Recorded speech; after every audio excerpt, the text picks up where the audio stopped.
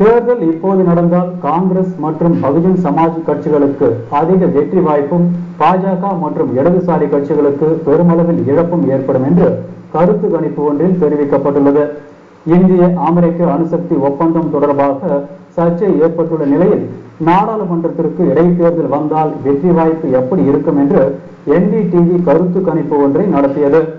அந்த கருத்து கணிப்பின்படி காங்கிரஸ் கட்சிக்கு நாடு முழுவதும் கூடுதலாக 40 இடங்களும், பகுஜன் சமாஜ் கட்சிகளுக்கு கூடுதலாக 23 இடங்களும் கிடைக்கும் என்று தெரிவிக்கப்பட்டுள்ளது.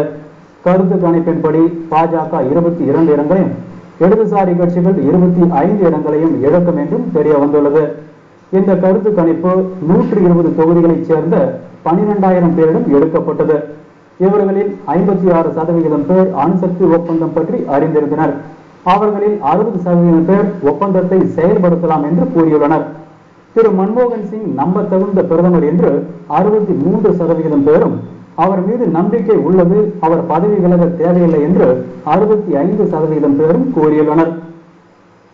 மகாராஷ்டிர மாநில வேளாண்மை வளர்ச்சி குறித்து பிரதமர் ஆய்வு செய்ய உள்ளார். எதிர்வரும் 31ஆம் தேதி அன்று பிரதமர் திரு மன்மோகன் சிங் பல்வேறு நிகழ்ச்சிகளில் பங்கேற்பதற்காக ஒருநாள் பயணமாக மகாராஷ்டிரா செல்கிறார். அப்போது அம்மாநில வேளாண்மை வளர்ச்சி குறித்து ஆய்வு செய்ய உள்ளதாகவும், இது தொடர்பான கூட்டத்தில் வேளாண்மை பல்கலைக்கழக துணைவேந்தர்கள் பங்கேற்க இருப்பதாகவும் மகாராஷ்டிரா அரசு தெரிவித்துள்ளது.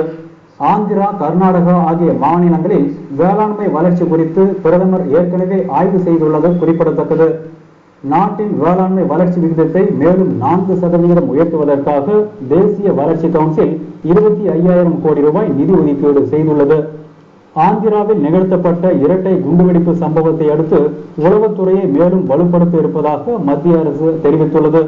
உள்நாட்டு பாதுகாப்பில் மத்திய அரசு கவனம் செலுத்த தவறி வருவதனால்தான் குண்டுவெடிப்பு போன்ற சம்பவங்கள் நடைபெறுவதாக எதிர்க்கட்சிகள் குற்றம் சாட்டி வருகின்றன.